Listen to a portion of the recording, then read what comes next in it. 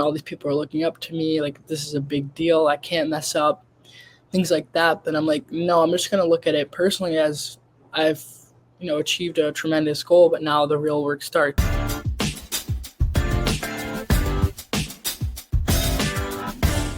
Hello, everybody, and welcome to We Need to Talk Now, presented by AT&T. I am Nicole, but it is not about me today. It is about our special guest, Laila Edwards. Before I do your introduction, I just want to ask you, how are you doing? How are you feeling? I know you're in the middle of finals.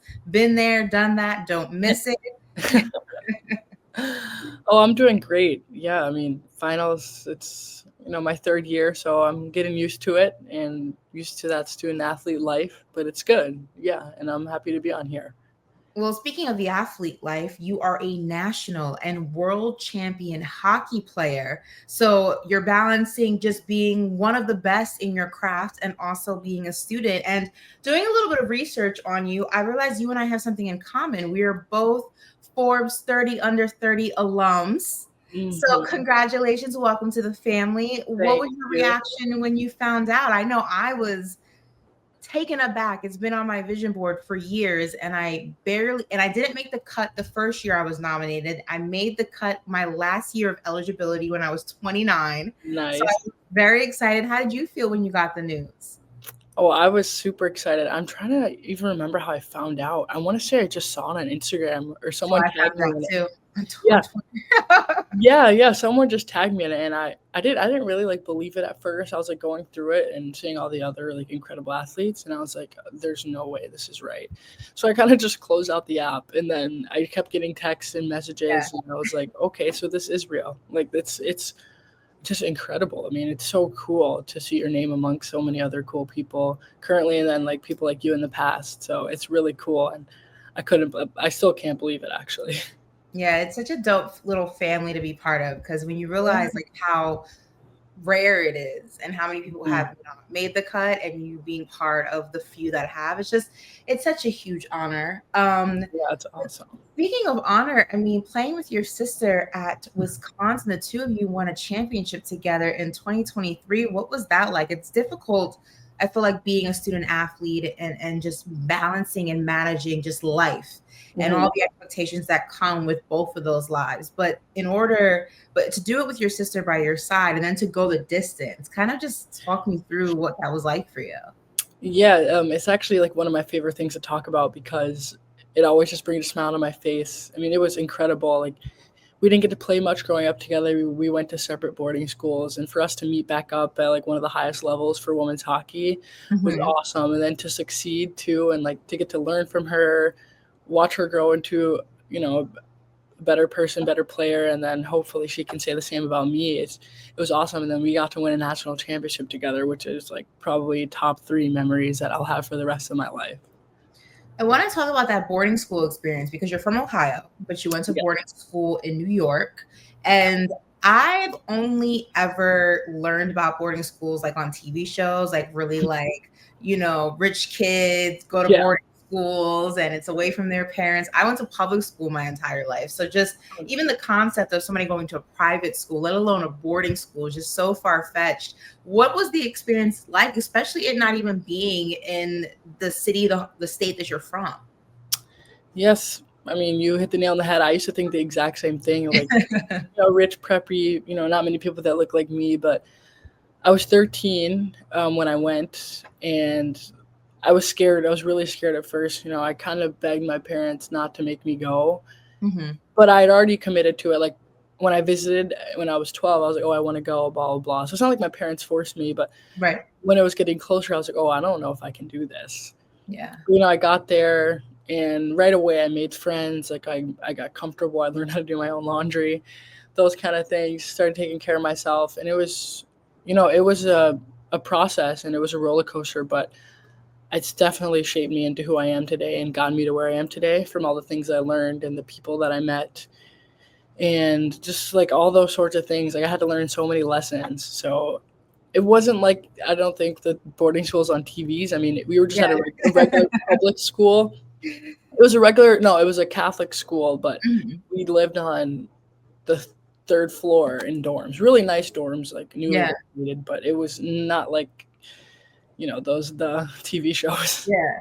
Well, I mean, it had to your point though, the transition of boarding school to university, a lot of people their freshman year at university don't even know how to function on Yeah, their own accord. They don't know how to cook for themselves, do laundry, like you mentioned. So in that regard, do you feel like having that leg up made it easier for you to make that transition as a student athlete at the university at the collegiate level because you had that experience?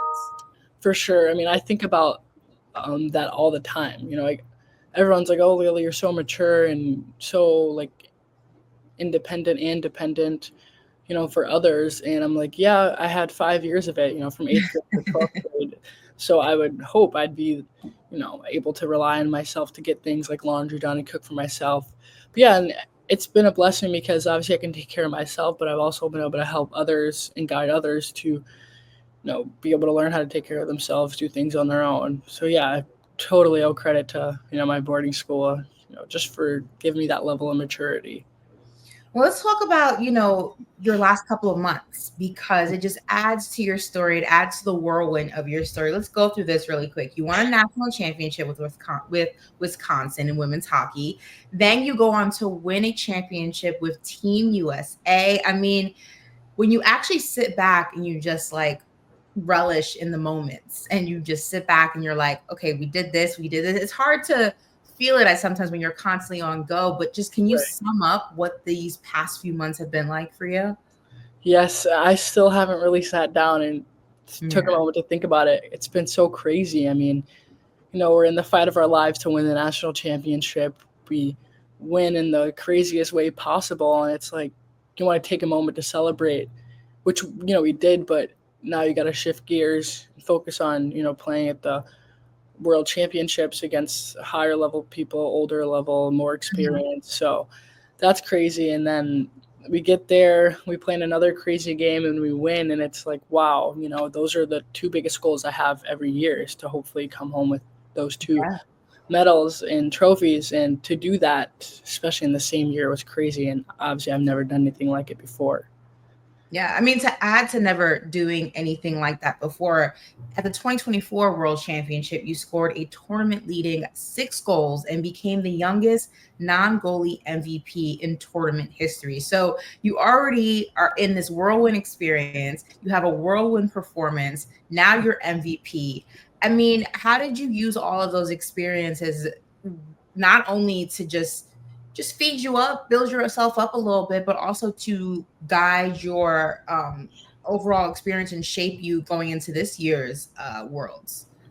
Yeah, that's a great question. I think just learning from that first Worlds, I mean, obviously in 2024, like things went well for me, but on the statistics and Hmm. the MVP, but there were some things that I still need to learn, and there was many people who were teaching me things, and I was trying to pull a little information from every game, every shift, every person that I could, so I can learn from it for the next World. So I think just building off of that, and like you said, it helped the confidence for sure, and just feeling more comfortable. And like I always tell people, I play my best hockey when I'm the most confident that I can be. So just working on that more mental game for me was Hmm. definitely a barrier and something I needed to work on, which I think I'm, getting better at and hopefully will continue to do so.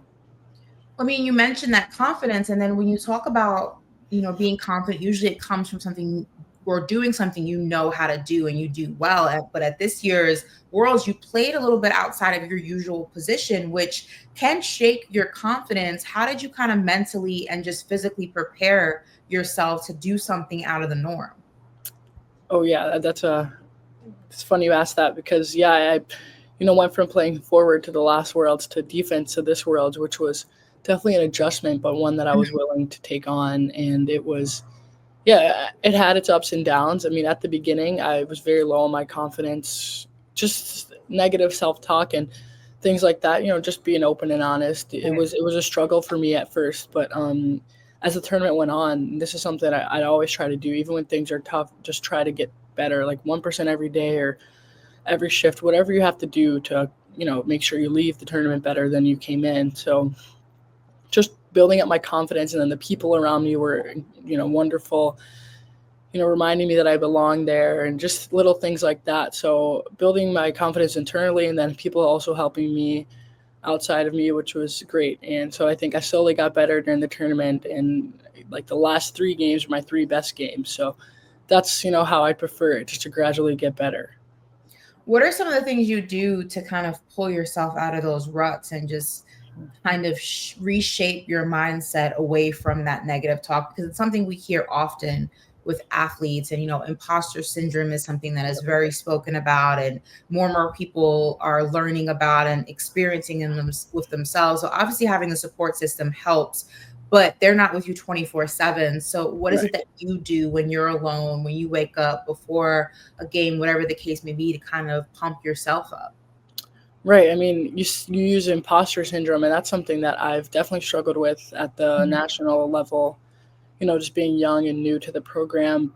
But I just have to constantly remind myself, like, you're here. And the first year I was like, okay, you're here, you deserve to be here. And then the second year I'm like, all right, you made your bed and now you have to, lay in it. And it's like, you've put in the work, you're here for a second time, you belong here. Kind of just telling myself those things and then remind myself how grateful I am to be there, because, approaching certain things with gratitude can also help, because like there's so many people that would do anything to be in my position. And, I'm playing with the best of the best against the best. So it's such an honor, and just reminding myself to have fun. That's what I write like smiley faces on my gloves or on my stick, just for a little reminder. And once I remind myself that it's fun, I kind of reset and just go from there.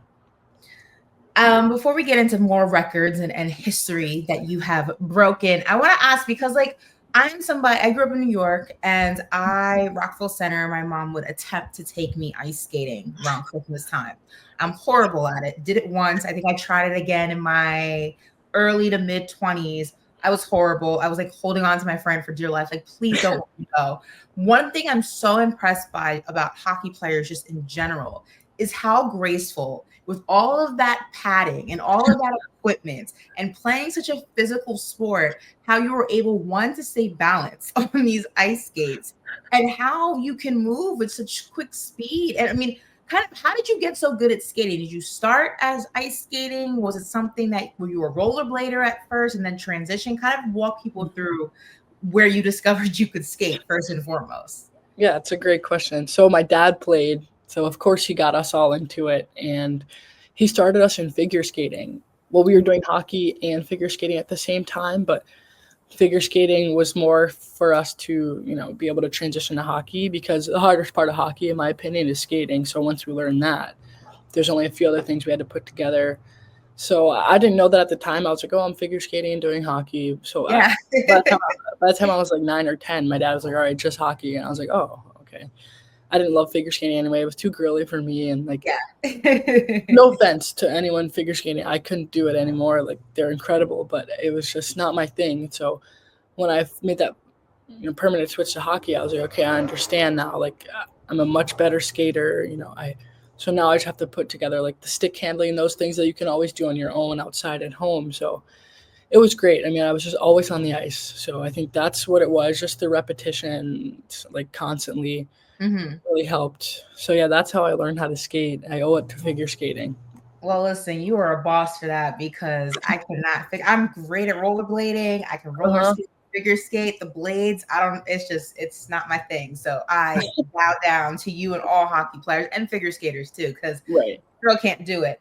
Um, 2023, I want to take it back a couple of years. At 19 years old, you become the first Black woman to play for the U.S. senior national hockey team, and the first Black woman to score a goal for Team USA at the Women's World Cup. Obviously, it's an honor, it's a privilege. You wear it with such pride, but also having a historic stat on your resume like that is a big burden to hold. You feel an extra level of pressure to just constantly perform. Or maybe sometimes you don't. What was that like for you, kind of obtaining that, relishing it, relishing in it, and then knowing like, all right, well, now I gotta level up. Right, right. I definitely did an experience, a mixture of both of those things. At Mhm. first I was like, well, this is a big deal. It's a lot of pressure. And I always like to remind myself, it's it's cliche, but pressure is a privilege. So I constantly reminded myself that, Yeah. and I was like, all these people are looking up to me. Like this is a big deal. I can't mess up, things like that. But I'm like, no, I'm just gonna look at it personally as I've achieved a tremendous goal, but now the real work starts. Keep working so that that people of color, but anyone, but more Yeah. specifically people of color, can see me and say, okay, she's at that level, but she's also succeeding at that level. Because it's one thing to get there, but to be able to succeed there and be like a real role model, I think is a really big deal and can make that much of a difference. But yeah, it was definitely a lot of pressure at first, but yeah, I'm very honored just to be that historic factor, make that history. It's kind of crazy that it took that long, but I'm still grateful, and I'm hoping that it'll make an impact to the game. Before 2023, I wonder what your experiences in the sport were like, because when we think of football, when we think of basketball, you're used to seeing so many black and brown faces. And even with baseball, because so many of those athletes come from the Caribbean and Hispanic countries, and you see color. But when it comes to sports like golf and hockey and even tennis, up until, recently, we're starting to see more and more brown and black girls and men and people in general play the sport. It still is the minority in some of those sports. So before that year, what was your experience like in a sport where you were always the minority? Yeah, for sure. I mean, once again, just being like open and honest, it was hard at times, and there were plenty of times, unfortunately, where I like wanted to quit Mhm. because of it. But I don't want to instill fear in anyone. I want them to see that it's worth it, going through those hard times and not seeing anyone that looks like you, getting weird looks when you walk into the rink. There were even times where I was asked, "Oh, are you in the right place?" Or they would tell my parents, the basketball court's that way. Just things like that, which suck, but that's kind of unfortunately the way it is right now. And that's my goal, is to limit that and to make the game more inclusive, and just fixing those little things that can turn people away from hockey. Because not only is it expensive, but once you get into it, it's hard Yeah. around walking in and being, the only person of color. But I think there was a switch at a point of time for me where I was like, I'm just going to use this as motivation. I'm going to stop letting it bring me down and discourage me, because like I can keep making it far, and which will inspire other people, because I'm like, the game can't stay like this forever, Mhm. you know. So that's when I started to say, okay, I'm going to make it a goal of mine to try to grow the game in that way and to inspire, like I say, anyone, but more specifically, girls and boys of color. Well, how has that experience been so far? I mean, you've achieved so much. There's still so much left to achieve and to put on the map in terms of the sport. But what has it been like having girls and boys come up to you, specifically ones who look like you, and ask you questions and be interested in the sport and want to know how they can get involved? I'm sure it's been an incredible turnaround from the experience you had as a young kid in here, but what are some of the things that you've been working on or you hope to work on in the future to just continue to grow the game? Yep, it's been awesome. It's so rewarding, to have a little girl or boy come up to you and say, either I'm the reason they started hockey, or I'm the reason they continue to play it, or if I'm their role model, Yeah. things like that. And it's just so cool, because it's proof that I'm making a difference, because I can say that I'm making a difference. I can hope I'm making a difference, but sometimes it doesn't mean anything unless you see the proof. So to see that, it just means the world to me, and it gives me even more motivation to keep going, because I want to keep reaching people all over, and just to inspire them to get into hockey, because I see so many people, and I've seen people who are interested in hockey, but they're like, no one looks like me. But so Hmm. that's kind of the goal, is to get rid of that stigma, for lack of a better word. But yeah, it's just such a reward for people to come up to me and say those things, or even just to get messages on social media, or to hear people say that they look up to me because of what I've accomplished. It's just really cool. Has there been a specific moment that kind of sticks out to you the most, whether it was a meet and greet, whether it's just somebody coming up to you after a game, or whatever the case may be, just something that like is just right there at the tip of your memory? Yeah, I'm just going to use this example because it's the most recent, but when we Mhm. were in the Czech Republic at Worlds, there was this family, this mother who had two African American children, and they were, they lived in the Czech Republic, and Mhm. they came to every single game, and Wow. she just kept thanking me for being someone for her, kids to see in the hockey community that looks like them, because she was like, we don't see that, especially around here in the Czech Republic, in hockey. So she said it just meant the world to her, and she was telling me that in person. She was sending me messages about it, and I was just like, wow. So like I'm touching people all over the world, and now that I don't know if I'll see them again, but they know that I'm out there and that I look like them and I play hockey, and it was just really meaningful. It's hard to put into words how cool it was because, yeah, I don't know, it was just a really big deal to me because they've never seen anyone like it. So now, I don't know. Hopefully, they'll stay into the game of hockey and even get more involved. Isn't it so mind blowing how you think that like you're kind of just existing in your own little bubble, and then you go someplace that's like outside of your bubble and you realize like your impact is way bigger than even you accounted for. I mean, you being called Yes. the face of women's hockey, you think that only applies to your own little corner of the world, and then you go across the globe and it's like, no, it's universal. It's just Yeah. it has to feel good. Yes, it's a pressure, and with heavy is the head that wears the crown and all that stuff, but it has to feel good that like your impact is just outside of these four walls, for lack of a better word. Yes. Yes. It feels great, and like I mentioned, it's just really motivating, and it gives me like a reason to keep going. Listen, keep speaking of keeping going, women's sports. This is a Mm. historic boom for women's sports across the spectrum. You name a sport, they are seeing an Yep. increase in viewership, in merchandise, you name it, it's happening. Yeah. It's What does awesome. it mean to you though to be part of the moment? It's one thing to read about it if this was like in the future, you're reading about it in the history books, but to be part of it, to be part of that change, what has that been like for you, even if it's just in your mind a small part of it?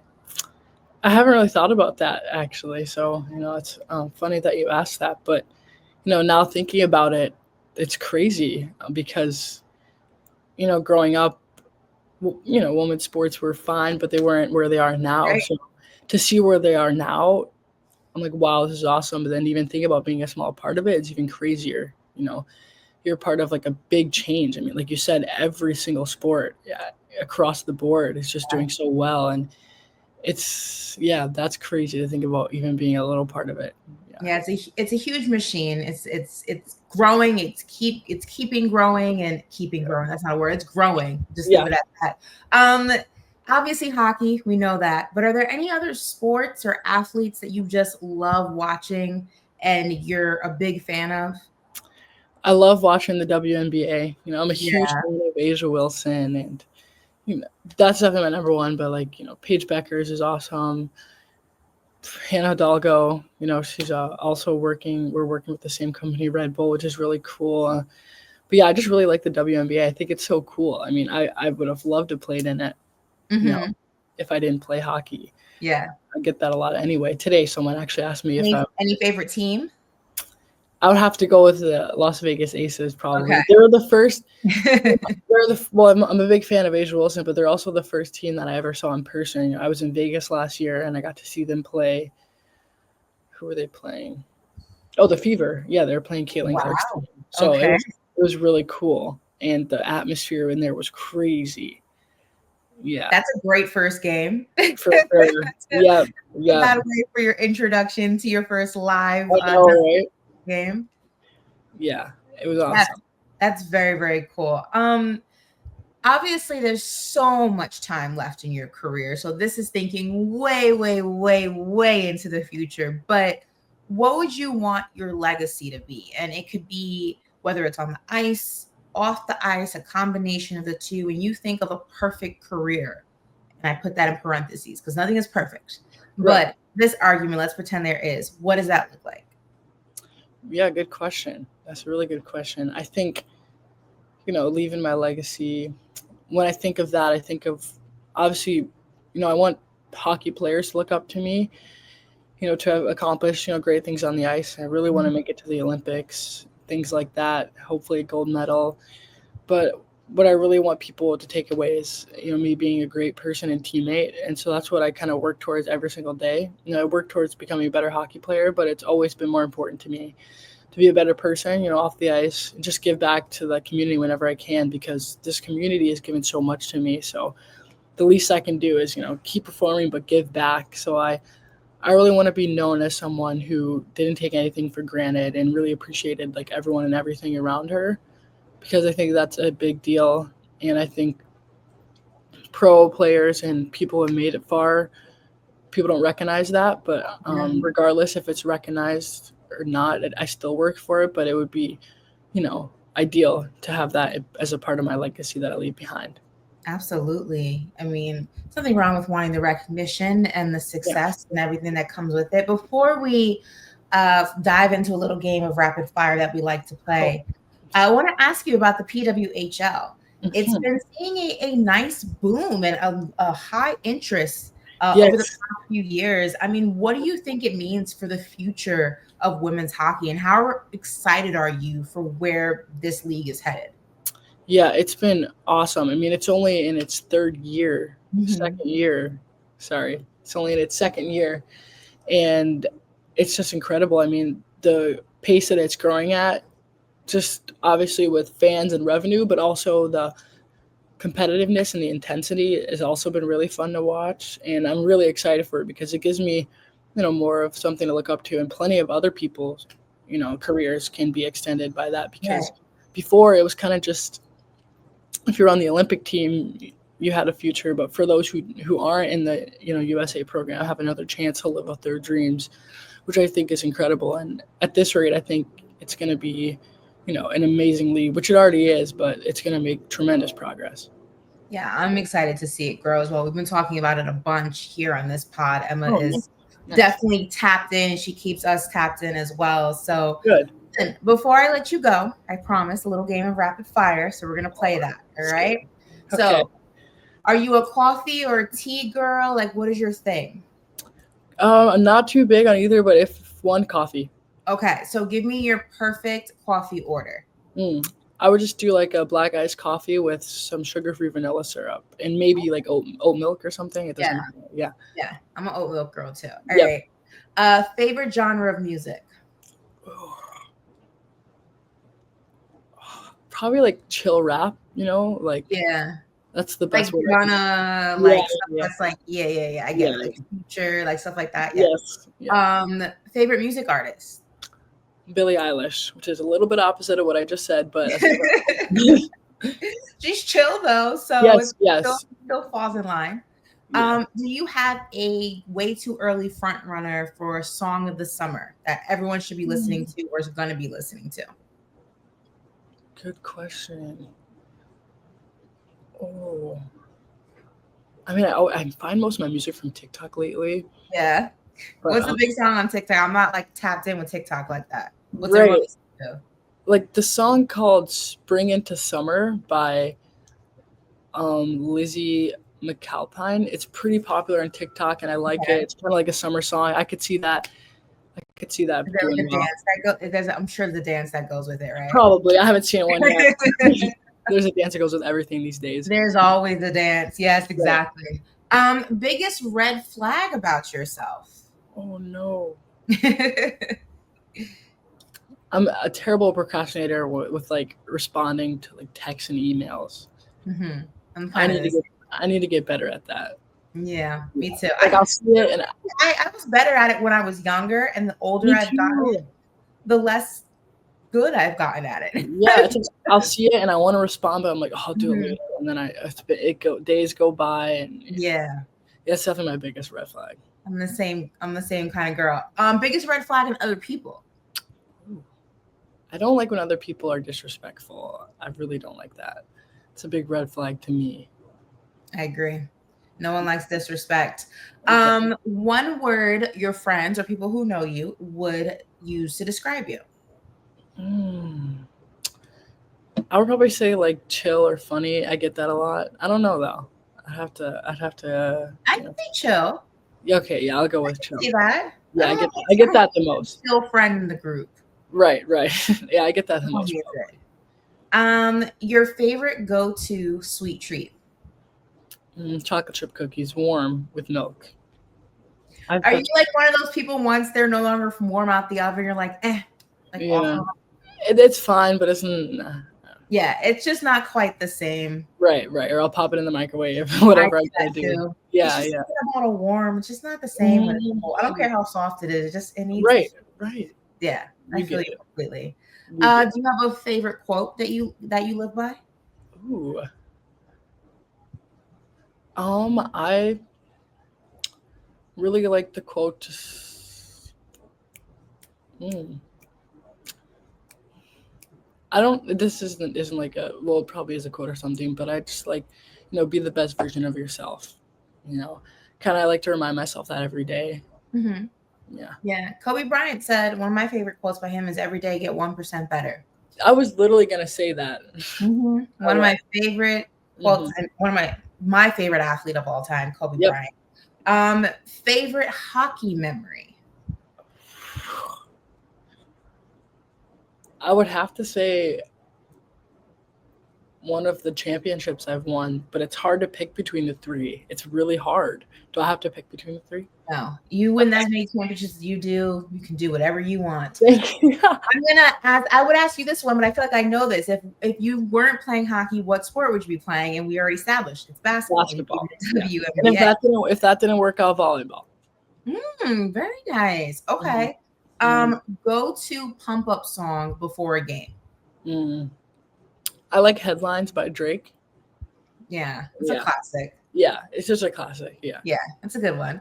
The most Um, consistent one I have. who is your GOAT? It could be in any sport, it could be in any genre, it could be music, it could be acting, it doesn't matter.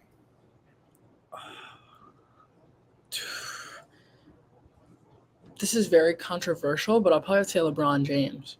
That's not We're both. controversial at I know all. that people. I see things on social media. They don't like him, but we're both from Cleveland. I grew up watching him, and he's just like the GOAT. And I'll do that for male. And then for female, I'll probably like Serena Williams or, even Hillary Knight, who plays for the Team USA. Yeah. Your GOAT can be LeBron. Don't let anybody make you feel otherwise. Okay, good. I'm going to name a few sports, and I want you to think of the first athlete that comes to mind. Okay? Okay. Here we go. Fun. Soccer. Trinity Rodman. That was slow. Okay. Football. Oh my God, why am I so bad at this? Football. Tom Brady. I mean, the GOAT. There you go. Basketball. Asia Wilson. Tennis. Serena Williams. Volleyball. Ooh, Sarah Franklin. She played for Wisconsin. Okay. Ice hockey. Hillary Knight.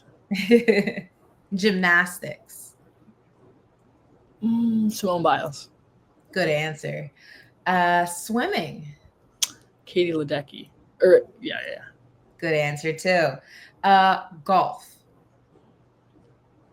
Tiger Woods. Yeah. Awesome. See? Yeah. Well, listen, Laila, it was so much fun getting to know you and just hearing your story. I look forward to following you throughout your entire career. There's so much left for you to accomplish. Before I let you go, is there anything that you want to let all your fans and new fans that are going to be tuning in watching this, what's one thing you want them to know about the sport of ice hockey? I would just say stick with it. Keep watching it or play it, start it, do whatever you want with it because it's going to continue to grow. All right. Well, thank you so much. And I hope everyone enjoyed this. So we will see you next time right here on We Need to Talk Now, presented by AT&T.